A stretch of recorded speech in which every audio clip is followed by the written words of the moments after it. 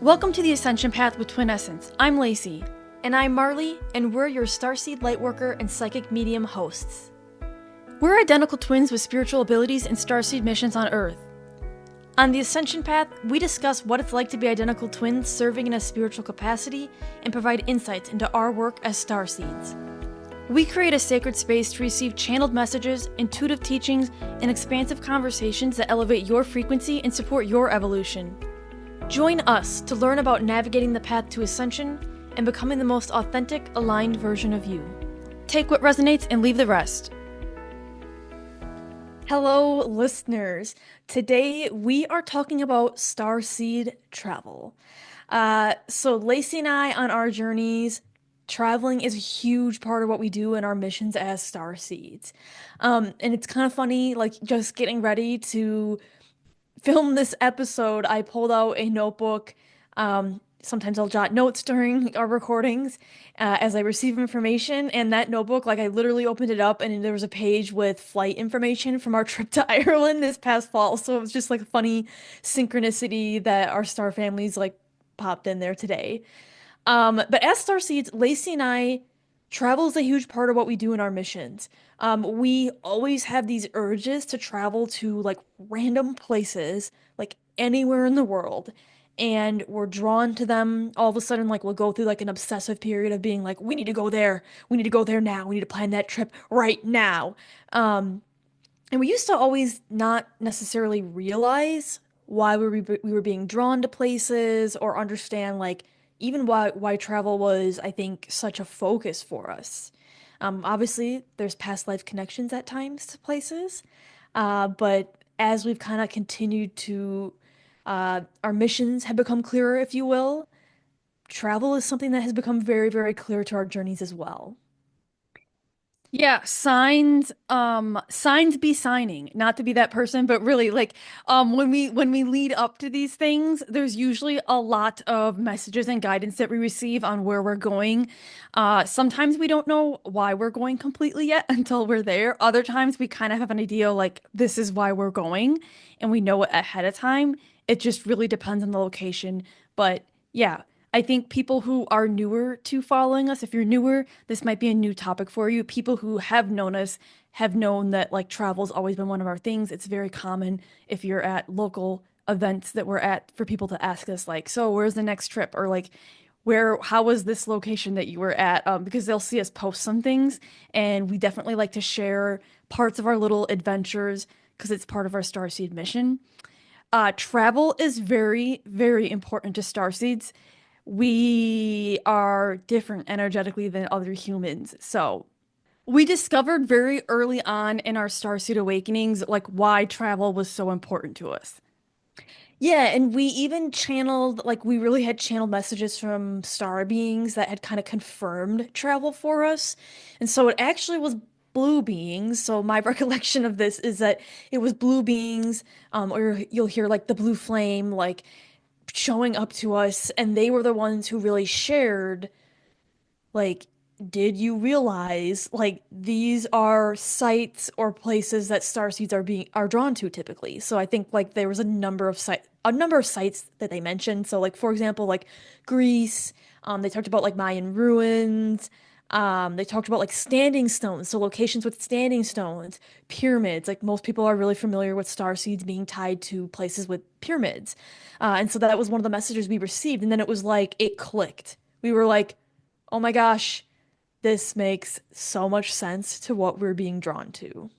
Yes, and it's not really a coincidence that we had been to, before our Starseed Awakenings, we had been to Scotland and we were at Standing Stones and sites in Scotland. And then we go through our Starseed Awakenings and we're like, wait, hold up a minute. Standing Stones can be relevant for Starseeds and pyramids and these other locations in the world are known to be like Starseed origins and like locations. So it was very, validating, I guess, for us to hear those things and see those things and channel it and receive messages. But in talking about what happens leading up to it, I just wanted to pull in an example of last year around this time, we were going to Belize. And there's various reasons we were going to Belize and why we felt drawn to Belize. But the signs started appearing way before we had actually booked the trip. and I kept receiving visions of this particular like site, a ruin or like a temple. I didn't really know what to call it at the time, but I kept seeing visions of it, and I thought it was interesting. I did not understand why. And I also at the time had been doing some work with my jaguar spirit animal, and I was like, I don't know what this means and like why I keep seeing it. Well, then one day I started to have like people on my like social media or timeline posting from Belize, and I started to see different ruins in those posts. And then I started to get ads for a particular temple and traveling to Belize. At the time, I didn't know it was Belize, but I was like, this is what I keep seeing. What country is this? Where are they saying to travel to see it? Well, lo and behold, it was the Jaguar Temple in Belize. That is like one of the biggest synchronicities and the messages that we received leading up to booking a trip to Belize and why we ended up going there.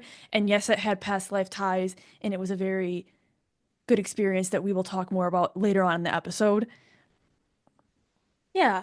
And I think too, like one of the things, I mean, the story of how we were drawn to Belize, it's a very magical story, right? Like, which I mean, not all, I mean, a lot of our trips are like that. Like, I had this vision and now I'm just trying to figure out where it is. So I'll just be honest, a lot of our trips end up like that. But we do Starseed also, problems. but we do, of course, have like natural, logical, or reasonable trips that we plan as well that are like, and now I'm going here and I don't, we're going there for this reason, but likely there's going to be more magical things that'll happen when we are there because, again, travel is a big part of our mission. And part of the reason it's part of our mission, as we've received messages about this through connecting to our higher selves and connecting to our star families, is because we, as high vibrational starseed beings, are actually activating different light codes or cosmic codes at these locations. So essentially, Earth has its crystalline grid, and we are going to these locations just being there, just our presence. We might not even have realized, right? Like we gave the example of Scotland. We might not have realized at the time, like there was any significance to us being, at a standing stone location. But just our presence tends to activate different codes in the grid, in the earth, energetically. There's a reaction there. And so that is something that we do when we travel around. We work with those energies, we activate different things. Like I said, sometimes inadvertently we don't realize it, and other times it's a lot more conscious that we're working with the energy there. We do that in people too, with our Yes. energy. Oh, it's a Um, good point. That's a good point. Yep. yes, it's part of our vibration and our presence, and it's in our DNA and our lineage. But we also patch up holes in the grid from negatively polarized beings that are kind of coming into Gaia and doing some other things. So it's also part of protecting Gaia and her energy grid and the crystalline grid.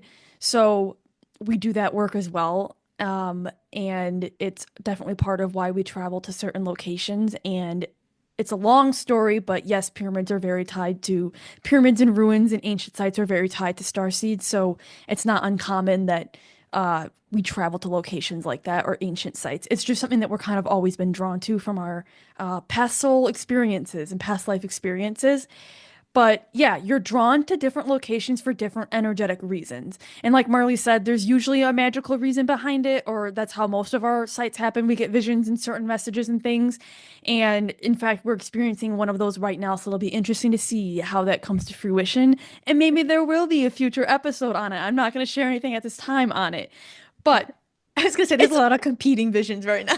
yeah, and it's almost like, so where are you gonna send me first? Like that kind of thing. Is kind of how it feels sometimes. You're like, whoa, I need to go there and I need to go there and there. Like, whoa, when, how, what's the order in which you want me to do these things?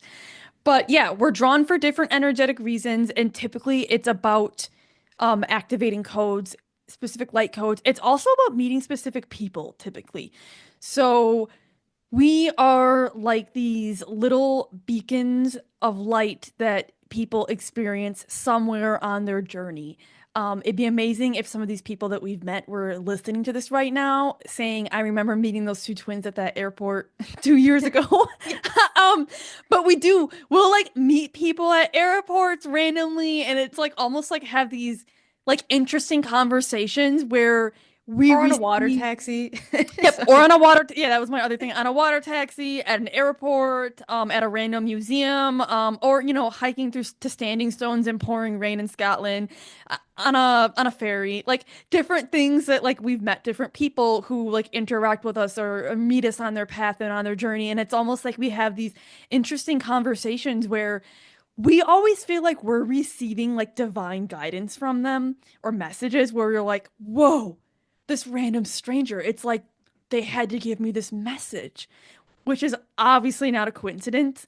But then we also feel like we're giving them messages too in return. Sometimes it might be just like opening their mind to something different. Other times it's like they don't need their mind open because it's already open. So it's just meeting different people and meeting specific people. And you know what? It might be part of our soul contract, or it might be part of their soul contract. And like we said, we activate codes and things within people too by our presence. So it's very interesting to see like where and why we have the interactions that we have, but we do enjoy telling people stories sometimes because it's just so like it's so crazy to people. Like where we'll be like, we were on a water taxi and then we met someone, and then we started talking about this and that, and people are like, only you two can like take these trips and find people like this. So we love it. It's very validating and it's very fulfilling to us. And it's a great part about being a Starseed light worker. I mean, I would also add you like when we talk about activating codes, these energetic experiences we have in these locations, and even, energetic and code initiations through people and clients that we work with, like this is also part of the reason why we do offer clearings and attunements of people's spaces. Like being able to work with the energy in a space or on land is something that I think comes very naturally to Lacey and I on these missions. It's kind of one of the first things we started doing as a business, even like doing clearings and, cleansing things for people. Like it just comes very naturally to us as these high, and again, that high vibrational starseed energy, light beings, like bringing that light into a space is something that assists us in that process. And But we do those remotely too. I should say that. If you're not like yes, local, we do yes. those remotely. Yes, so presence, obviously physical presence always helps when we do these things, but we do, of course, remotely tap in as well, and have a heavy effect there. But as we travel around, as we go through these activations, as we meet these different peoples, it's a very, as we mentioned before, like it's an energetic experience for us, and we feel these things physically when we go to locations, right? And sometimes, like I said, we might not even realize it, but maybe we do get physical symptoms that then are an indicator that we're doing something at that location or we're having some type of reaction at that location for that specific reason on our mission. Um, I will kind of take it back to Belize again as an example of this. One of our last days, the last couple days when we were in Belize, we had visited Shunin Tunic. So it's a gigantic Mayan site. It is so breathtaking, such a grand sight.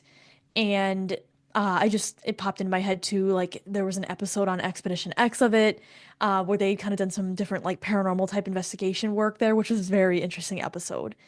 But this site, we had climbed it. Obviously, it was extremely hot when we visited. So hot. But during that process of climbing it, like we totally had an energetic reaction there. And Mayan sites, like temples, and those tall structures that the Mayans would build, like those are known to be sites that starseeds are drawn to and visit for activation reasons, right?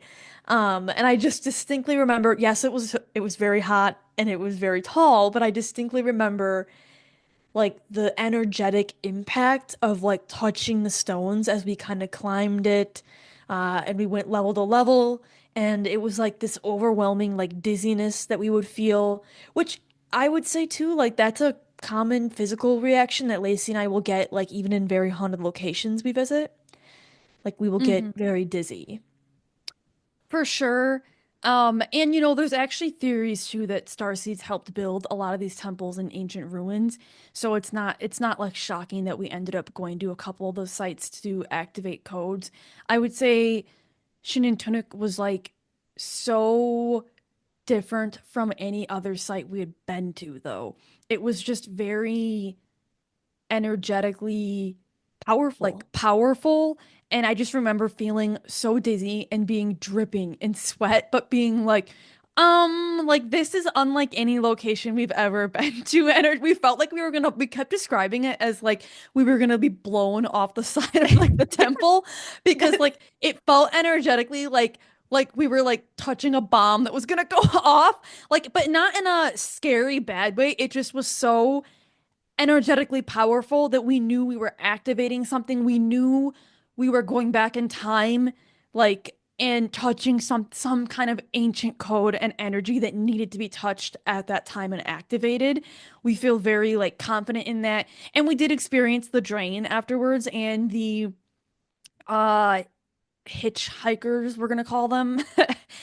Just some energetic hitchhikers, and sometimes you can get like little attachments and things that might tag along because they like your energy and vibration, and it's not a bad thing. We just remove that and move on from it. So it's nothing scary, nothing to be scared of. I mean, it was really a transmutation process, right? Like that's what I Yes. think of when I think about that experience. Like totally 100% accurate description. It was like two sides of a magnet, but like repelling each other. Like we were like Mm. not getting drawn inward, we were getting like blasted backwards. Just how powerful the energy was. And it was not the physicality involved. Like just to be clear, that was the energy, not the physical part of that climbing and like the heat temperatures. But like Lacey said, right, there's sometimes that drain or there could be like attachments because as you are making those activations, like all those energies could be getting released or they could be fleeing. They could be like, I'm gonna stick to them. They look like they have good energy. So we definitely did have that experience as well. Trying to remove that, trying to transmute that energy, right? The negatively polarized or the lower vibrational energy.